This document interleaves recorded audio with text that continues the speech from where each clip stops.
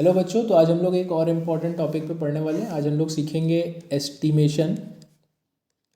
Estimation of balances. हम लोग balance निकालना सीखेंगे करंट अकाउंट के, estimation of balances related to current account. और ये करंट अकाउंट किसका है? बीओपी वाला, ठीक है, अंडर बैलेंस ऑफ पेमेंट। तो इसके जो बैलेंसेस होते हैं उनको हम आज निकालना सीखेंगे। सबसे पहला जो आता है वो आता है ट्रेड बैलेंस। अब ट्रेड बैलेंस मतलब क्या हो गया? वो बैलेंस जो आपके गुड्स से रिलेटेड है, ठीक है, कि आप कितना एक्सपोर्ट इंपोर्ट कर रहे हैं। तो एक्सपोर्ट इंपोर्ट करने के लिए हम क्या यूज़ करते हैं? एक्सपोर्ट के लिए एक्स, इंपोर्ट के लिए ये। तो ये ट्रेड बैलेंस आपको निकाल के दे देगा। अगर आपका एक्सपोर्ट बड़ा है इंपोर्ट से तो इसको हम बोलेंगे ट्रेड सरप्लस।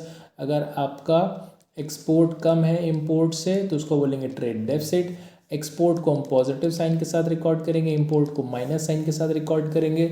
और यहाँ पे एक और चीज़ समझते हैं कि जो ट्रेड बैलेंस होता है सिर्फ गुड्स को रिकॉर्ड करता है, सर्विसेज को रिकॉर्ड नहीं करता है, ठीक है, याद रखिएगा।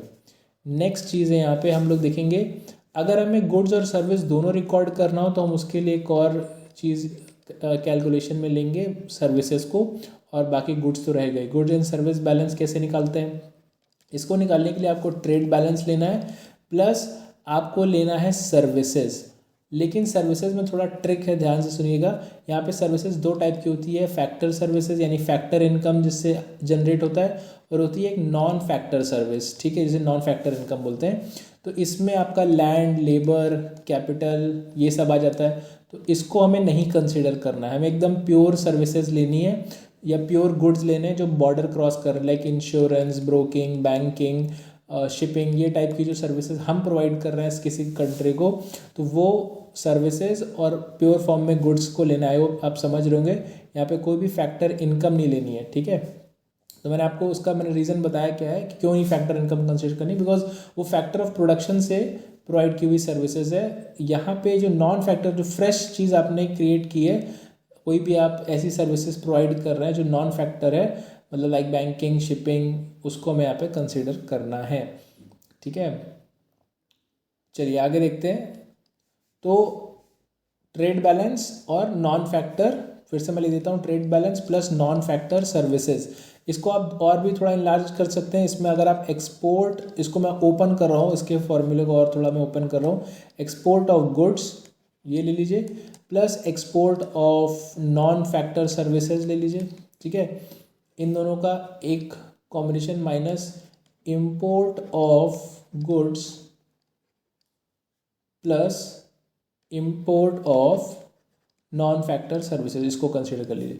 तो इन दोनों को अगर आप ले लेंगे तो आपको क्या मिल जाएगा? गुड्स एंड सर्विस बैलेंस मिल जाएगा। अभी जब इसका कैलकुलेशन भी हो सकता है, आगे देखें, ठीक है। नेक्स्ट क्या है, हम लोग अगले पे आते हैं। तो आपको यहाँ पे प्योर टेंजिबल गुड्स का मिल गया, यहाँ पे इनविजिबल विजिबल दोनों का मिल गया। अब हम लोग सिर्फ इनविजिबल निकालेंगे। इनविजिबल मतलब होता है सिर्फ सर्विसेज को कंसीडर करेंगे। यहाँ पे हमने गुड्स को कंसीडर किया था, यहाँ पे गुड्स एंड सर्विस दोनों को कंसीडर किया, बस एक यहाँ पे ट्रिक किया था कि फैक्टर इनकम को नहीं कंसीडर करना है। अब हम लोग इनविजिबल बैलेंस निकालेंगे। इनविजिबल बैलेंस में आपका आता है सारे टाइप की सर्विसेज, ठीक है। अब सारे टाइप की सर्विसेज मतलब कौन कौन सी सर्विसेज? इसमें आपकी आ जाएगी factor income plus non factor income या non factor services. Factor income बोलिए या फैक्टर सर्विसेज बोलिए इसको, ये दोनों आ जाएगा। और इसमें ट्रांसफ़र पेमेंट्स भी आते हैं, ठीक है। ट्रांसफ़र पेमेंट्स भी ऐसा तो है नहीं कोई बॉर्डर क्रॉस कर रहा है तो हमको दिखेगा, इट्स जस्ट काइंड ऑफ कोई ऐसा गुड्स एंड सर्विस तो है नहीं, तो इसको भी हम लोग इनविजिबल के अंदर ही कंसीडर कर लेंगे, ठीक है। तो इसको हम, आपको समझ में आ गया इनविजिबल बैलेंस के अंदर क्या आता है? Factor services, non factor services और ट्रांसफ़र पेमेंट्स। अब आते हैं चौथे बैलेंस पे, which is current account balance.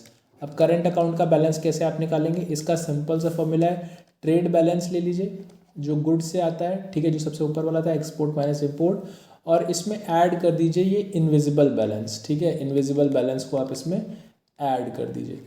तो ट्रेड बैलेंस क्या था?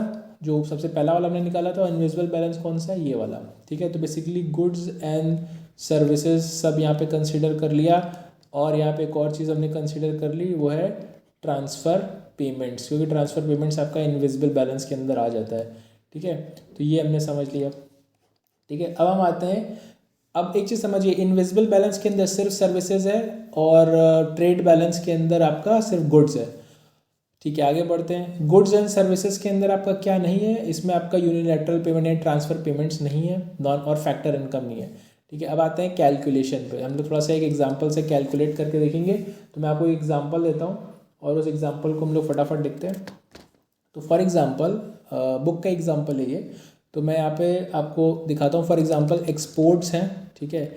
एक्सपोर्ट में यहाँ पे इसको यूएस बिलियन कर देता हूँ, जस्ट यूएस बिलियन डॉलर्स, ठीक है। एक्सपोर्ट है आपका अराउंड लेट्स से 280 बिलियन, ठीक है। और इम्पोर्ट है लेट्स से आपके अराउंड 392 बिलियन का। इसके बाद मान लीजिए इनविजिबल करके दिया हुआ है, इनविजिबल एक सेक्शन है, इसके अंदर क्या क्या है देखिए। Non factor services, non factor services कितनी है, दैट इज़ अराउंड 67। देन तुम आपकी फैक्टर इनकम कितनी है लगभग, विच इज़ -26, ठीक है। और उसके बाद तुम्हारे ट्रांसफ़र है। अब ये इनविजिबल नेट है, ठीक है। नेट का मतलब सब कुछ कंसीडर किया हुआ है यहाँ पे आपका, प्लस रिसीट्स एंड पेमेंट सब मिला करके आपका नेट कितना आ रहा है। फैक्टर इनकम आपकी -26 है। ट्रांसफ़र्स कितने हैं, ट्रांसफ़र्स जो यहाँ पे पॉजिटिव में दिख रहा है, मतलब कि वो चीज़ आपका एक तरीके से, जैसे एक्सपोर्ट पॉजिटिव है तो प्लस के साथ रिकॉर्ड किया है। इम्पोर्ट्स को यहाँ पे आप देखोगे हमने प्लस के साथ कंसिडर किया, बट ये माइनस है, ठीक है। और बाकी यहाँ तुम्हारा नॉन फैक्टर सर्विस इनकम है, फैक्टर इनकम है और ट्रांसफ़र्स है। ट्रांसफ़र्स में हम यहाँ पे कंसिडर कर लेते हैं, लेट्स से 55 का अमाउंट एक कंसिडर कर लेते हैं। अब हमें कैलकुलेशंस करनी है, फटाफट निकालना है। जो भी मैंने ऊपर आपको एग्जांपल दिए वही हमें यहाँ पे कैलकुलेट करना है। सबसे पहले हम लोग निकालेंगे ट्रेड बैलेंस। तो ट्रेड बैलेंस भाई कैसे निकलेगा, ट्रेड बैलेंस के लिए फॉर्मूला क्या है, x माइनस एम। तो यहाँ पे आपका एक्सपोर्ट कितना है 280 माइनस 392, जो भी आपका वैल्यू आ जाएगा, which is going to come around -112, ठीक है। तुमने ये ले लिया, तो आप बेसिकली यहाँ पे देखोगे तो एक्सपोर्ट आपका कम है, इम्पोर्ट ज़्यादा है, तो आप क्या हो जाएंगे, ट्रेड डेफिसिट हो जाएंगे। नेक्स्ट निकालते हैं, पहला ये हो गया। नेक्स्ट निकालते हैं गुड्स एंड सर्विस बैलेंस, ठीक है। अब ये निकालने के लिए इसमें मैंने आपको बताया था नॉन फैक्टर सर्विसेज कंसीडर करना है और आपको ट्रेड बैलेंस। तो ट्रेड बैलेंस कितना है -112, ठीक है। और इसमें आप ऐड कर लीजिए क्या 67 जो आपका नॉन फैक्टर सर्विसेज है, तो ये अराउंड आ जाएगा -44 के, ठीक है। गुड्स एंड बैलेंस आपने निकाल लिया, गुड्स एंड सर्विस बैलेंस, ठीक है। इसके बाद हम लोग नेक्स्ट आगे बढ़ते हैं, फिर हम लोग निकालेंगे इनविजिबल बैलेंस, ठीक है। इनविजिबल बैलेंस निकालते हैं। तो इनविजिबल बैलेंस में क्या आती है, सारी सर्विसेज आ जाती हैं। तो यहाँ पे देखो जो जो सर्विसेज हैं वो हम लोग रिकॉर्ड करेंगे। तो यहाँ पे इनविजिबल बैलेंस के अंदर हमें पता है कि मेरा नॉन फैक्टर सर्विसेज कितना है 67, ठीक है। उसके बाद हम लोग यहाँ पे फैक्टर इनकम कंसीडर करेंगे। फैक्टर इनकम कितना है -26, ठीक है। और उसके बाद ट्रांसफर्स कंसीडर करेंगे विच इज़ 55। तो नेट आपका ये सॉल्व करने पे आपको मिल जाएगा, दैट इज़ अराउंड 97 के आसपास, ठीक है। इसके बाद हम लोग आगे बढ़ते हैं और नेक्स्ट चलते हैं, ठीक है। फिर उसके बाद हम लोग निकालेंगे करंट अकाउंट बैलेंस, ठीक है। इसमें हमने ट्रेड बैलेंस ले लेना है प्लस इनविजिबल बैलेंस ले लेना है। तो ट्रेड बैलेंस हमारा आ रहा था -112 प्लस हम लोग इसमें ऐड कर लेंगे 97, तो हमको मिल जाएगा हमारा नेट, ठीक है, कि कितना हमको जो है करंट अकाउंट बैलेंस है। तो इस तरीके से आप इसको सॉल्व कर सकते हैं, कैलकुलेट कर सकते हैं। तो यहाँ पे जो भी एक्सपोर्ट ऑफ गुड्स है एंड सर्विसेज मैंने क्या बताया, वो पॉजिटिव साइन के साथ हमने कंसीडर किया है, ठीक है। और इम्पोर्ट को हम लोग निगेटिव से कंसीडर करेंगे और रिसीट्स एंड पेमेंट को, रिसीट्स को पॉजिटिव के साथ, पेमेंट्स को नेगेटिव के साथ। ओके गाइस, होप आपको समझ में आया होगा कि कैसे बैलेंसेस निकालना है, किस तरीके से कैलकुलेट करना है।